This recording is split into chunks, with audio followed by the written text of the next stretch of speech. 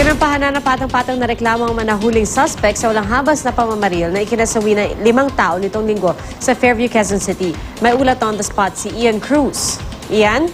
Yes, Pia, na ipagharap na nga ng iba't ibang reklamo ang mga naaresto ng QCPD kaugnay sa random shooting spree sa North Fairview, Quezon City.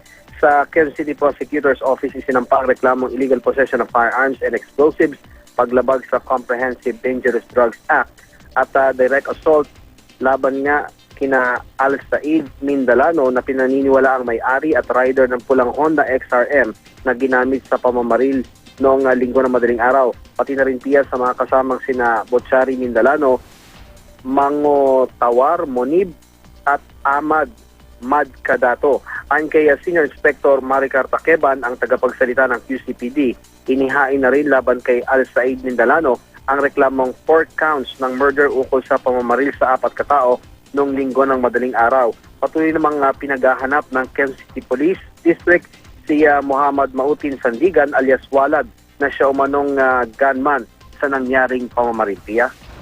Maraming salamat, Ian Cruz.